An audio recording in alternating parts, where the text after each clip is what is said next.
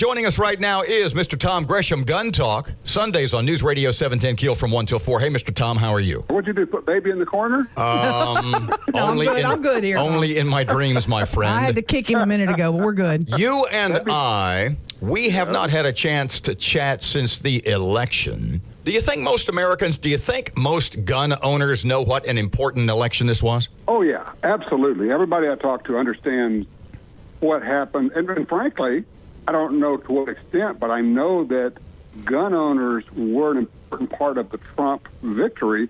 And even people who said, I don't own a gun, but I might at some point want to be able to buy a gun.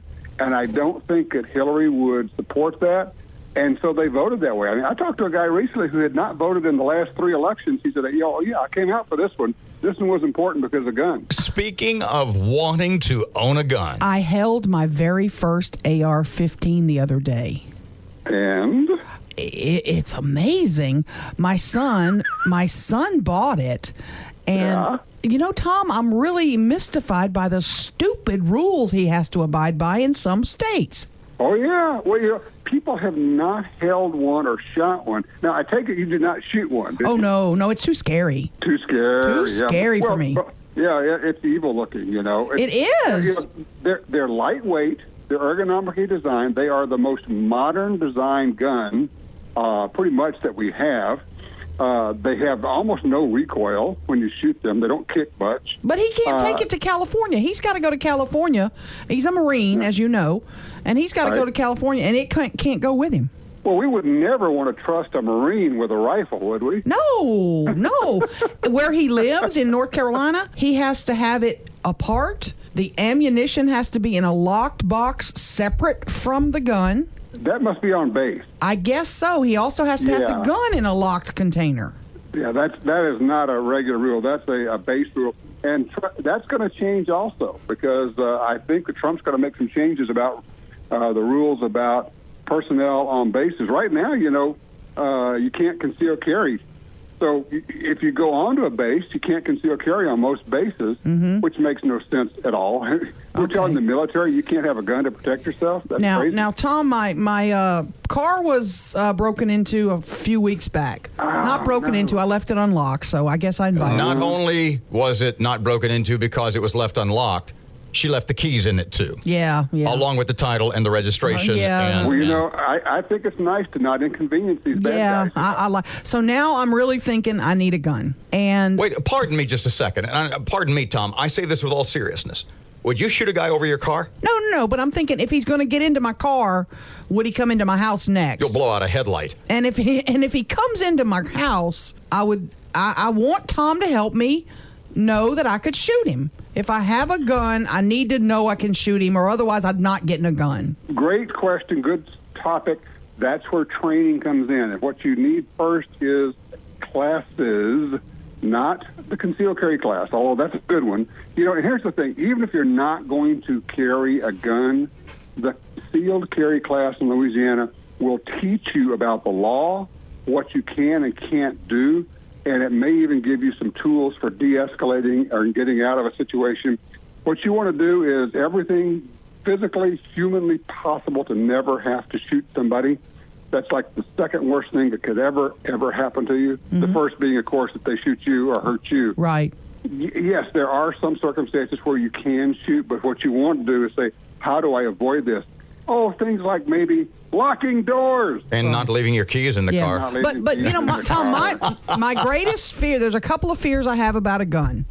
One is that it'll accidentally somehow, the dog will shoot me or it'll fall off the counter and shoot me.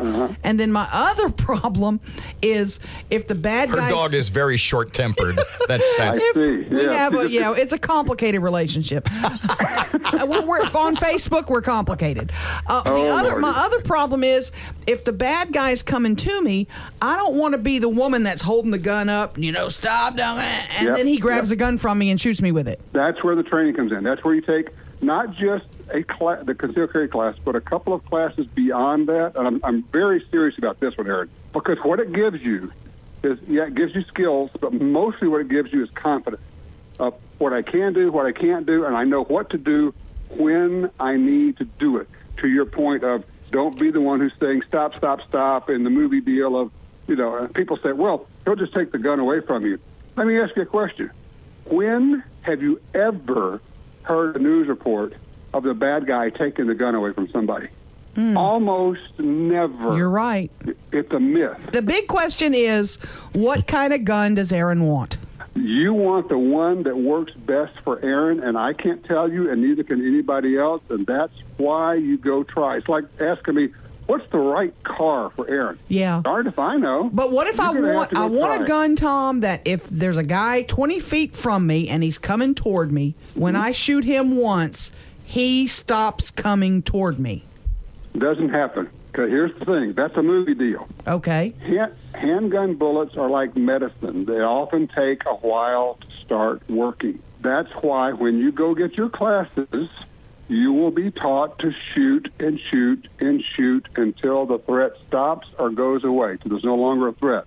The idea of shooting somebody once and they go flying across the room, that's just movie malarkey. So there again, you'll find me always going back to training, and training is not just an hour of how to hold a gun. Training is a day, and then it's another day, and then it's another day.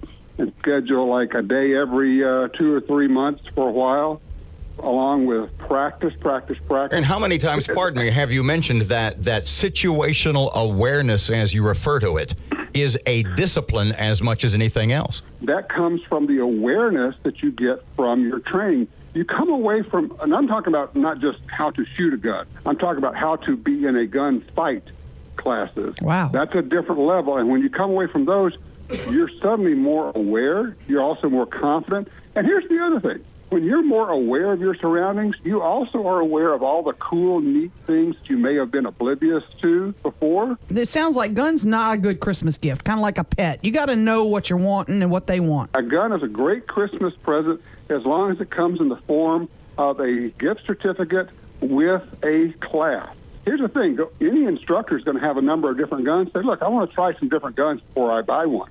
That makes sense. Now you're going to go, ooh, I thought I wanted that little bitty gun because it's cute, but those are hard to shoot, and they are. Bigger guns are easier to shoot. Yeah. You just need to try them, and then you'll figure it all out. I did ask my son if I could get a pink AR-15. Yes, you can. They make them, and we can get you set up, and I want to see the picture.